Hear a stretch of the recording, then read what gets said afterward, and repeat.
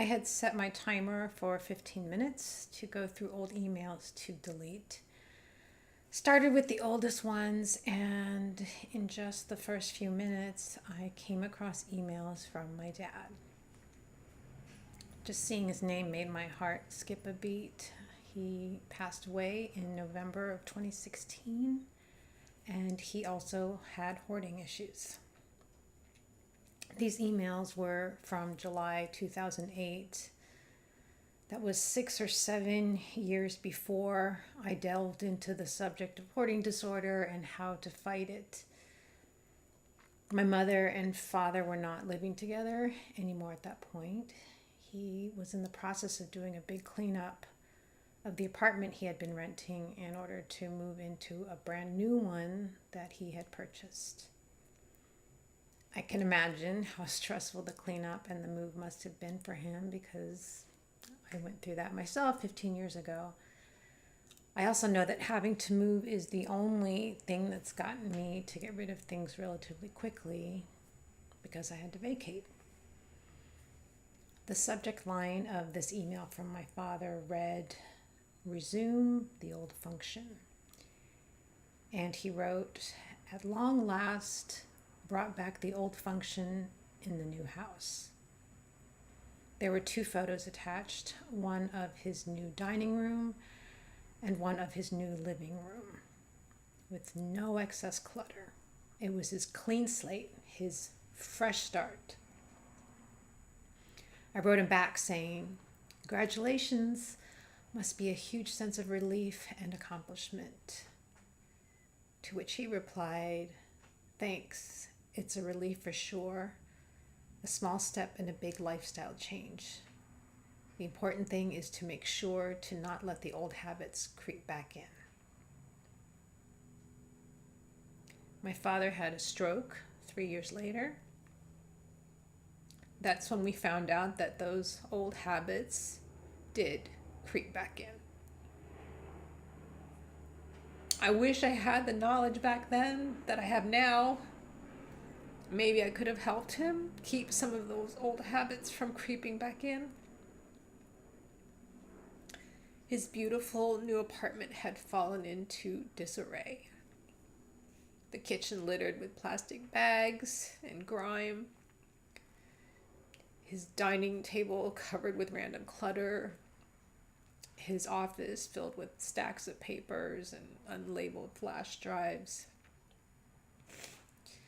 Because of the stroke, my father could no longer live on his own, so my mother moved him into her apartment. I saw my father's health deteriorate over the next 5 years, and even though he lost his physical strength and independence, as well as much of his brilliant mind, I could still see the hoarding behaviors in him. I talked about this in one of the earliest videos, how he would always grab a few of the free blood pressure notebooks at every hospital visit, and how he would only tear off a portion of a Kleenex to use and tuck the remainder into his shirt pocket, which would become lint all over the laundry. During one visit, I remember sitting with him at the dining table. It would take him so long to finish a meal. By this point, he didn't talk very much. I noticed how he would always meticulously fold up the bottom edge of the dinner napkin on his lap at the beginning of his meal, and he would check that fold in between bites.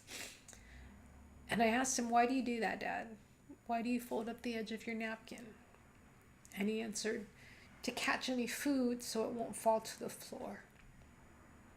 He was still always thinking about stuff. I don't want to give up my fight, but some days, many days, man. For those of you struggling with this condition, I get how big of a challenge it is. I've told the researcher I'm in touch with that The medical community has got to start looking at ways to detect hoarding behavior in individuals sooner.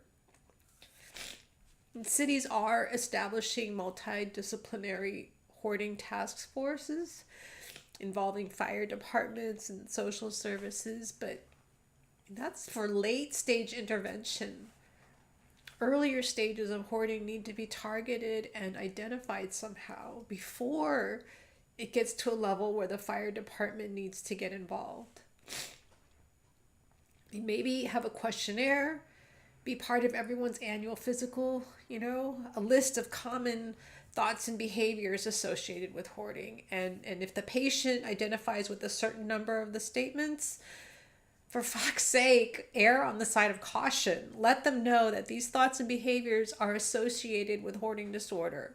Doesn't necessarily mean you have it, doesn't necessarily mean you'll get it, but be aware that hoarding issues could develop over time, and check yourself.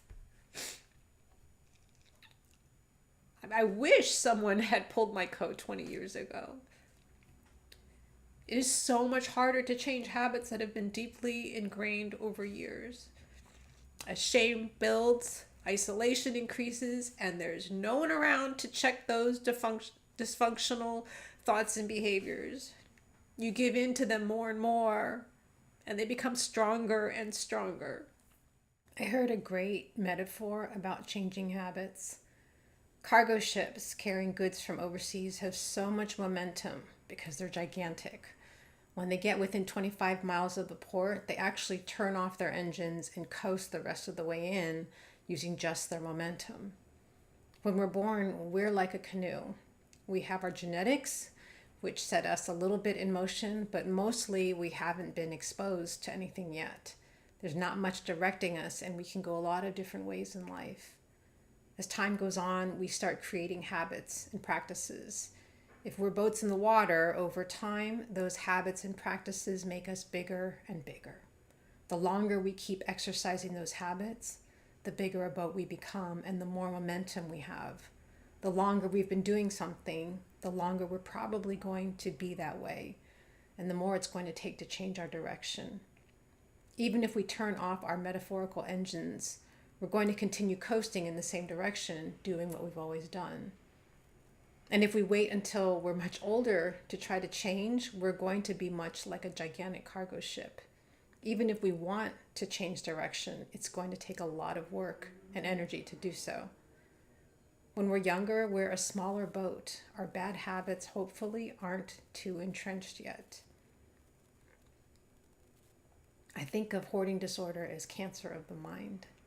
Not brain cancer, but cancer of the mind. And just like any cancer, you want to catch it as early as possible. You don't want to wait till it's stage 4, where the house is filled to the brim and has no running water or heat or refrigeration.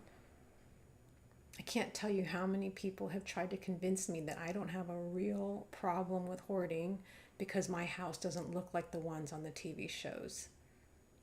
But when a person cries over throwing out a 20-year-old company newsletter, a company for which she hasn't worked in 22 years, that's a problem. I know that my thinking and behaviors have to change. Otherwise, my house could very well end up like the ones on the TV shows. The only reason my house isn't more cluttered than it is because I basically spend all my free time and energy fighting to keep things at bay. They estimate that 2 to 6% of the population has hoarding disorder. I personally think it's higher than that because people hide it for as long as possible. But even at 2 to 6%, I'm told that is 2 to 3 times more than people with OCD. Until we start talking about hoarding disorder more, the stigma will persist. People will continue to hide. They won't get the help they need. Their situations will continue to get worse, and they will continue to suffer. Their families will continue to suffer. I don't even know where I'm going with all this. My heart just broke reading my dad's old emails and seeing those photos, of which he was obviously so proud. Sadly, those clean slate photos were his befores. I don't have any afters. Just the memory of sorting through all the clutter that took over his clean slate and sidelined his fresh start. Fucking hoarding disorder. Insidious and tenacious.